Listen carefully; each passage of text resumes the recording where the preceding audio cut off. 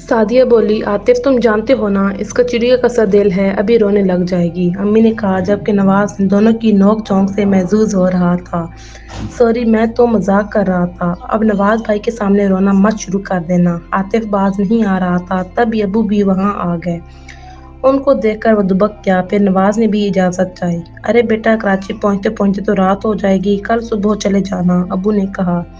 نہیں انکل، مجھے کل صبح جلدی آفس پہنچنا ہے، نواز بولا۔ رات کا کھانا کھا کر چلے جانا، عالیہ کوفتے بہت اچھے بناتی ہے، امی جھٹ پٹ تیار کر لیں گی۔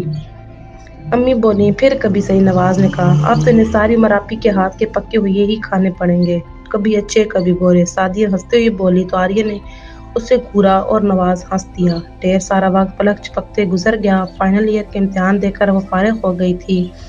فرصت پاتے ہی نواز کا تصور اپنی پوری شدت کے ساتھ اس کے دل میں جاں گزین ہو گیا۔ اب راتیں اس کے خوابوں سے آباد تھیں اور صبح اس کے تصور سے روشن۔ اس کی شادی کی تیاریاں شروع ہو گئی تھیں۔ کراچی میں اس کے ماموں زاد بہن کی شادی تھی۔ امی نے عالیہ کو بھی چلنے کے لیے کہا تھا، لیکن سعدیہ کو بخار آ گیا تو اس کو گھر میں رکنا پڑا۔ امی ابو شادی میں شرکت کے لیے کراچی چلے گئے۔ 2 دن ان کے انتظار میں بامشکل کٹے۔ آج ان کو واپس آنا تھا۔ وہ ان کی واپسی کی منتظر تھی کہ فون کی گھنٹی بجنے لگی۔ اس نے فون اٹھایا۔ پولیس اسٹیشن سے فون تھا اور اس کو جروح فرساں خبر سنائی جا رہی تھی۔ وہ اس کی آواز معطل کیے دے رہی تھی۔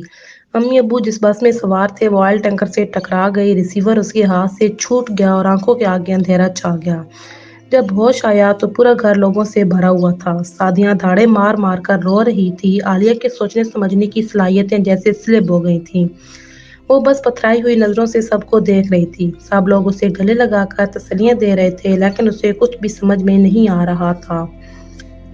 کئی دن یوں ہی گزر گئے۔ سب لوگ واپس چلے گئے، صرف کوثر پھپھو ان کے پاس رک گئیں کہ انہیں یوں ایک دم اکیلا نہیں چھوڑا جا سکتا تھا۔ بیٹا، اب تمہیں ہی اپنے بہن بھائیوں کا سائبان بننا ہے، انہیں تمہاری ضرورت ہے۔ تم ہی حوصلہ ہار دو گی تو انہیں کون سنبھالے گا؟ ان کے لیے تمہیں اپنے آپ کو مضبوط بنانا ہے تاکہ ان کو بے سائبان ہونے کا احساس نہ ہو۔ پھپھو نے اسے روتے دیکھ کر سمجھایا تو اس نے اپنے آنسو پونچھ ڈالے۔ اسے احساس ہوا کہ ان سب کے سروں سے سائبان ہٹ گیا ہے۔ ذمہ داریوں کے احساس نے اسے ایک دم ہی بہت بڑا بنا ڈالا تھا۔ اسے احساس ہو گیا کہ وہ اکیلی نہیں بلکہ اس کے چھوٹے بہن بھائی ہیں۔ دن آہستہ آہستہ گزرنے لگے۔ وقت سب سے بڑا مرہم ہے۔ ان کے زخموں پر بھی وقت نے مرہم رکھنا شروع کر دیا تھا۔ بے بسی کا نام ہی تو صبر ہے، اور اس مقام پر بے بس انسان صبر کے علاوہ کر بھی کیا سکتا ہے؟ ابو کے محکمے کی طرف سے ملنے والی فنڈ کی رقم اس نے بینک میں جمع کرا دی تھی کہ آڑے وقتوں میں کام آ جائے گی۔ گھر کے 2 حصے کر کے ایک حصہ کرائے پر چڑھا دیا تھا کہ مہینے کا خرچ چلانے کے لیے بھی تو پیسوں کی ضرورت ہوتی ہے۔ امی ابو کی زندگی میں تو ہر فکر سے آزادی تھی، اس پر کوئی ذمہ داری نہیں تھی۔ لیکن اب تو سب کچھ بدل گیا تھا۔ ساری ذمہ داریاں اس کے کاندھوں پر آ پڑی تھیں اور انہیں ذمہ داریوں نے اسے وقت سے پہلے بڑا کر کے اس کی فراست میں اضافہ کر دیا تھا۔ اب ہر کام وہ بہت سوچ سمجھ کر کیا کرتی۔ یونس، عاطف اور سعدیہ کالج اور سیرش اسکول چلی جاتی تو وہ گھر کے کام دھندوں میں مصروف رہتی۔ سروس بھی اس وجہ سے نہیں کی تھی کہ گھر کے نظام میں خلل پڑتا اور سعدیہ اور سیرش پر بھی کام کا بوجھ پڑتا۔ تاہم جب گھریلو اخراجات کے لیے پیسے کم پڑنے لگے تو بہن بھائیوں کی فیسیں جمع کرانی مشکل ہو گئیں۔ تب اس نے اخراجات پورے کرنے کے لیے گھر میں ہی بچوں کو ٹیوشن پڑھانا شروع کر دیا۔ اس دن یونس گھر آیا تو اس کے چہرے پر خوشی و غم کے تاثرات نمایاں تھے۔ آپی، مجھے میڈیکل کالج میں داخلہ مل گیا، یونس نے بتایا۔ سچ؟ عالیہ نے بے اختیار اس کو گلے لگا لیا۔ اللہ تمہیں اچھا اور کامیاب ڈاکٹر بنائے، اس نے دل سے دعا دی۔ پھر امی اور ابو کی یاد نے اس کو بے قرار کر دیا۔ اس کی آنکھیں بھر آئیں۔ کیا ہوا آپی؟ یونس نے اس کی آنکھوں میں آنسو دیکھ کر کہا۔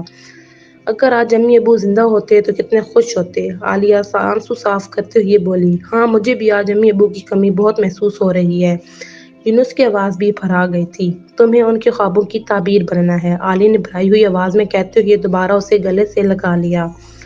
امی ابو کے سانحے کے بعد یہ پہلی خوشی انہیں ملی تھی۔ وہ سب ہی خوش تھے۔ عالیہ نے اس خوشی میں مٹھائی منگوا کر سب کا منہ میٹھا کیا تھا۔ وقت کا پہیہ تیزی سے گھوم رہا تھا۔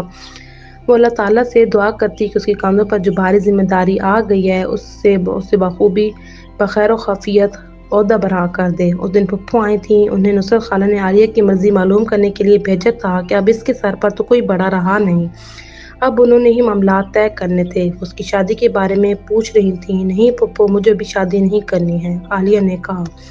آخر کیوں؟ پھپھو نے پوچھا۔ آپ کو معلوم تو ہے مجھ پر چھوٹے بہن بھائیوں کی کتنی ذمہ داریاں ہیں، وہ بولی۔ لیکن وہ کوئی بچے تھوڑی ہیں، انہوں نے کہا۔